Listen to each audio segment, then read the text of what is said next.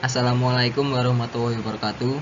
Kami dari kelompok 3 akan mepresentasikan hasil diskusi yang berjudul layanan pinjam-meminjam uang berbasis teknologi informasi terhadap layanan pinjaman online ilegal melalui media sosial yang disusun oleh Andi Febian, Arif Tian Mubarakah, Badrus Soleh, Hani Afianingsih, Maulana Dwi Ramadan, Miftahus Salam, Moh Arda Gaza, Muhammad Maulana Ishak Ifandi, Putri Adillah Husna, Ratna Permatasari.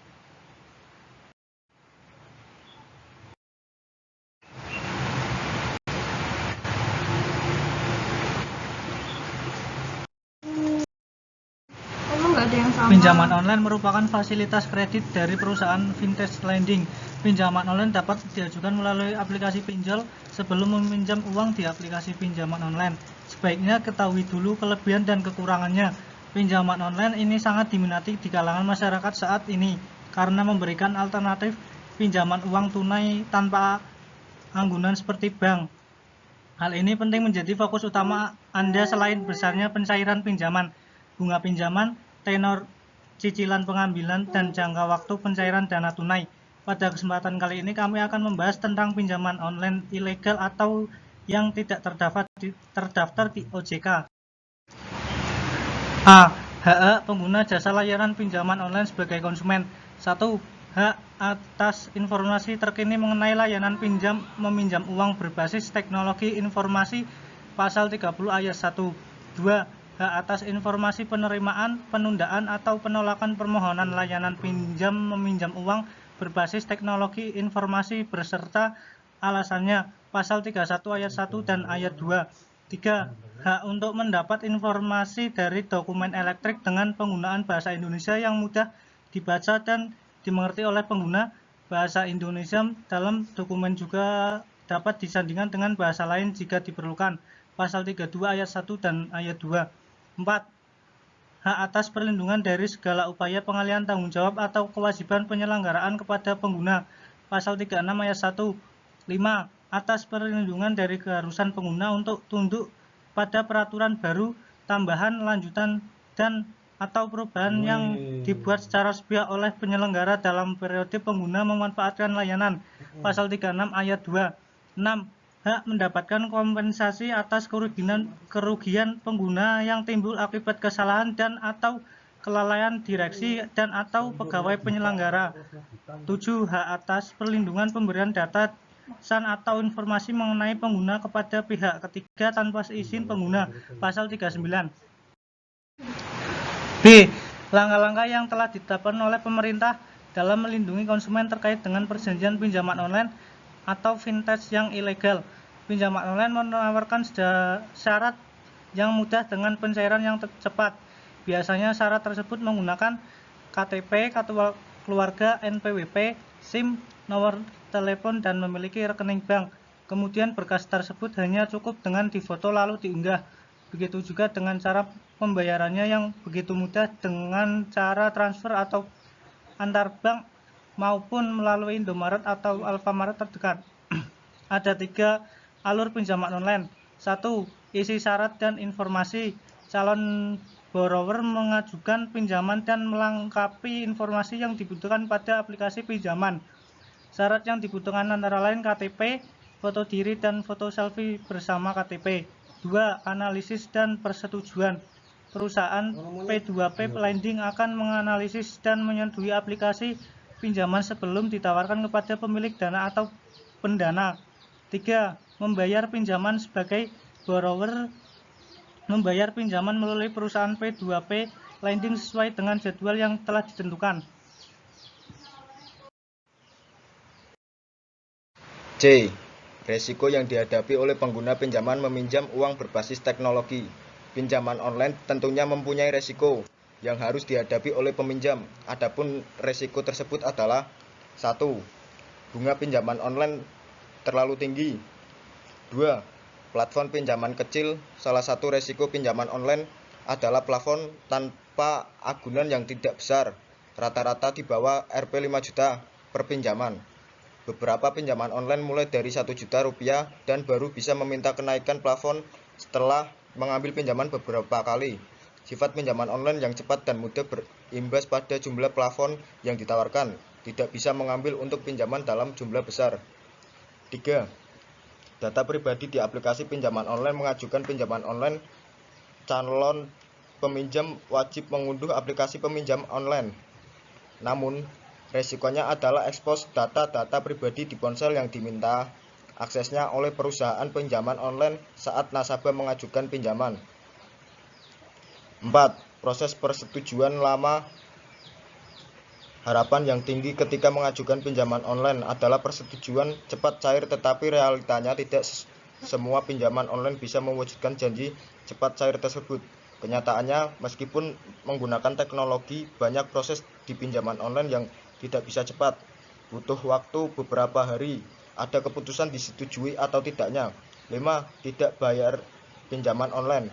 Penagih datang layaknya semua pinjaman. Jika nasabah tidak bayar, maka ada tindakan penagihan. 6. Biaya administrasi penagihan, satu hal yang sering dilupakan ketika menunggak. Maka risikonya tidak hanya menghadapi penagihan, tetapi juga tambahan biaya karena perusahaan pinjaman online meminta biaya atas keterlambatan pembayaran. 7. Pinjaman online belum terdaftar OJK. Perusahaan pinjaman online tidak semua terdaftar di OJK. D. Contoh kasus pinjaman online ilegal melalui media sosial.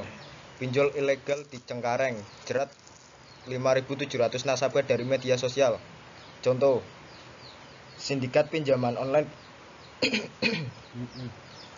ilegal yang digerebek oleh jajaran Sastekrip. D. Contoh kasus pinjaman online ilegal melalui media sosial. Pinjol ilegal di Cengkareng, jerat 5.700 nasabah dari media sosial. Contoh, sindikat pinjaman online ilegal yang digerebek oleh jajaran Sastekrip Polres Metro Jakarta Pusat di sebuah ruko Cengkareng, Jakarta Barat, 13/10, telah menjerat 5.700 nasabah melalui media sosial. Pinjol itu perorangan. Jadi sewaktu rilis pertama, dugaan dari mereka beroperasi sejak awal sampai sekarang mempunyai 5.700 nasabah, kata Wakapolres Metro Jakarta Pusat AKBP Setiokos Hairianto dalam konferensi pers di Polres Metro Jaya Jakarta Pusat, Kemayoran, Selasa 19 Oktober. Setio menjelaskan bahwa pihaknya telah menetapkan 6 orang sebagai tersangka dari total 56 karyawan yang diamankan saat penggerbekan dilakukan di kantor sindikat pinjol pada Rabu 13 Oktober di Ruko Sedayu Square, Cengkareng, Jakarta Barat. Keenam tersangka itu berinisial IK sebagai penagih, JS sebagai leader, NS selaku supervisor, RRL sebagai penagih, HT sebagai leader, dan MSA sebagai reporting. Setiap penagih kepada peminjam tersangka mendapatkan keuntungan sebesar 12%. Jadi setiap penagihan dia dapatkan 12% dari penagihan tersebut. Kalau besarnya Rp 1 juta, ya dia dapat 12% dari 1 juta, kata Setio. Berdasarkan pengakuan salah satu korban pinjol, J melihat aplikasi peminjaman online dari salah satu media sosial. Lihatnya dari Facebook, langsung diinstal, kemudian saya ajukan pinjaman, kata wanita berusia 35 tahun tersebut. J mengaku dirinya meminjam 1 juta, namun dana yang diperoleh hanya 600.000. Ia pun diharuskan membayar bunga yang telat. Saya diteror sejak September karena bayar bunga telat. Saya dianggap seperti penipu dan disebut dengan istilah tak patut, kata J. Sejumlah barang bukti yang telah diamankan polisi, yakni sebanyak 57 unit perangkat komputer CPU, 56 telepon genggam, 2 unit laptop, 1 perangkat CCTV. Akibat kasus ini tersangka dikenakan pasal berlapis, yaitu pasal 29 Junto pasal 4 akibat kasus pasal ayat 1 UUD.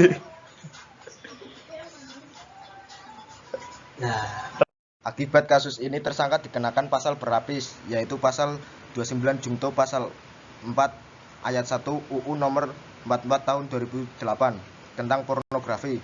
dan Pasal 27 Ayat 4 Undang-Undang Nomor 11 Tahun 2008 tentang Informasi dan Transaksi Elektronik.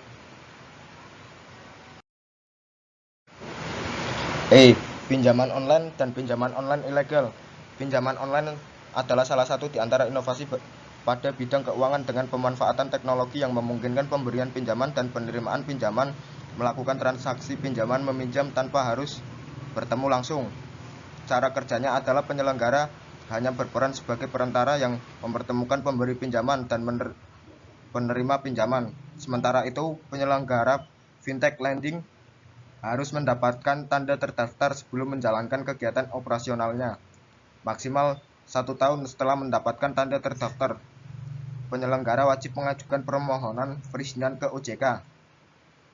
Pinjaman online ilegal adalah situs pinjaman online yang tidak terdaftar atau abal-abal yang ada di internet.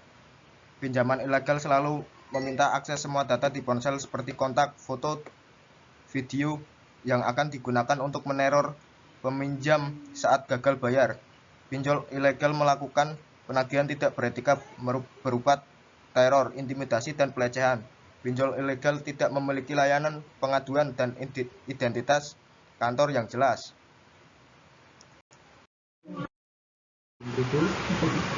F. Perbedaan pinjol legal dan ilegal. Perbedaan ini bisa dilihat dari regulator pengawas. Pinjol ilegal tidak ada regulator khusus yang bertugas mengawasi kegiatan, sedangkan yang legal atau terdaftar di OJK berada dalam pengawasan lembaga tersebut sehingga sangat memperhatikan aspek pelindungan konsumen. 2. Bunga dan denda.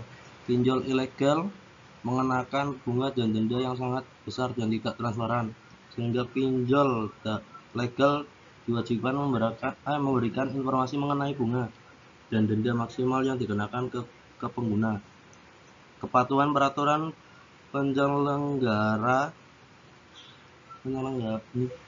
fintech lending ilegal melakukan kegiatan tanpa tunduk pada peraturan baik POJK maupun peraturan perundang-undangan lain yang berlaku, sementara yang legal wajib untuk tunduk pada peraturan baik POJK maupun peraturan perundang-undangan yang berlaku. Pengurus tidak ada standar pengalaman apapun yang harus dipenuhi oleh penyelenggara fintech lending ilegal, sedangkan yang berizin direksi dan komisaris penyelenggara fintech lending yang terdaftar berizin OJK jelas orang-orangnya yang harus memiliki pengalaman minimal 1 tahun di industri jasa keuangan pada level manajerial. Cara penagihan. Pinjol ilegal melakukan penagihan dengan cara-cara yang kasar, cenderung mengancam, tidak manusiawi, dan bertentangan dengan hukum. Sementara yang legal wajib mengikuti sertifikasi tenaga penagihan yang dilakukan oleh AFI. Dasar Hukum Pinjaman Online. UU Nomor 8 Tahun 1999 tentang Pelindungan Konsumen mengistilahkan perjanjian baku dengan klausula baku. Pasal 1 butir 10 UU menyebutkan bahwa klausula baku adalah aturan atau ketentuan dan syarat-syarat yang telah dipersiapkan dan ditetapkan terlebih dahulu secara sepihak oleh pelaku usaha yang dituangkan dalam suatu dokumen dan atau perjanjian yang mengikatkan dan wajib dipenuhi oleh konsumen. Peraturan Otoritas Jasa Keuangan POJK Nomor 77 POJK 01/2016 tentang layanan pinjam meminjam uang berbasis teknologi informasi diatur mengenai bentuk dan badan hukum kepemilikan permodalan kegiatan usaha, batasan pemberian pinjaman dana, pendaftaran dan perizinan kepada OJK, perubahan kepemilikan penyelenggara, pencabutan izin penyelenggara atas permohonan penyelenggara, kualifikasi sumber daya manusia bagi layanan pinjam meminjam uang berbasis teknologi informasi melaporkan pinjaman online ilegal dan langkah pencegahan. Pinjaman online ilegal ini dapat dilaporkan melalui pihak yang berwenang, contohnya seperti Kominfo yang berkolaborasi dengan OJK guna menjadikan menyediakan wadah agar para korban bisa melaporkan pinjol melalui Kominfo dengan situs aduan konten ID. Langkah pencegahan untuk masyarakat lakukan agar tidak menjadi salah satu korban pinjol ilegal di antara memeriksa legalitas fintech lending tersebut apakah telah terdaftar dan berizin OJK. Hal ini dapat dilakukan dengan menghubungi kontak OJK di 157 atau memeriksa daftar pinjol legal yang tercantum pada situs resmi OJK. Segera menghapus SMS tawaran pinjol yang diterima karena pinjol legal berizin OJK tidak diperbolehkan menawarkan pinjaman melalui saluran komunikasi pribadi, baik SMS atau pesan instan pribadi lainnya tanpa adanya persetujuan. Menjaga data pribadi yaitu lebih waspada untuk mengunduh sembarangan aplikasi, kemudian mengunggah dokumen pribadi seperti KTP. Selanjutnya, hindari bertransaksi keuangan yang menggunakan jaringan Wi-Fi umum. Peraturan pinjaman online menjadi krusial mengingat keberadaannya di Indonesia mengalami perkembangan karena menawarkan berbagai kemudahan dalam pencairan dana. Walaupun peraturan dan pengawasan telah dilakukan melalui Peraturan Otoritas Jasa Keuangan Nomor 77 POJK 01 Tahun 2016 tentang layanan pinjam meminjam uang berbasis teknologi informasi, namun belum semua perusahaan pinjaman online yang terdaftar pada Otoritas Jasa Keuangan tersebut, sehingga pada saat ini terdapat pihak penyedia jasa layanan legal dan ilegal atau tidak terdaftar pinjol legal atau ilegal karena faktanya ditemukan pelanggaran hukum baik oleh perusahaan pinjol legal maupun perusahaan pinjol ilegal. Langkah-langkah preventif seperti lebih banyak melakukan edukasi dan sosialisasi kepada masyarakat dengan tujuan semakin banyak masyarakat yang paham bagaimana memilih layanan pinjol yang kompeten serta memahami risiko-risiko yang mungkin terjadi saat menggunakan layanan pinjol. Dasar hukum dalam proses pinjaman online ini merupakan perjanjian baku. UU Undang-Undang Nomor 8 Tahun 1999 mengistilahkan perjanjian baku dengan klausula baku pada pasal 1 butir 10 UU tersebut. Peraturan Otoritas Jasa Keuangan POJK Nomor 77 POJK 01/16 tentang 2016 tentang layanan pinjam meminjam uang berbasis teknologi informasi mencegah pinjol ilegal. Maka Kominfo juga memberikan wadah bagi korban untuk pelaporan atas pinjol ilegal agar segera ditangani pihak berwenang. Sekian dari kelompok kami. Terima kasih. Wassalamualaikum warahmatullahi wabarakatuh.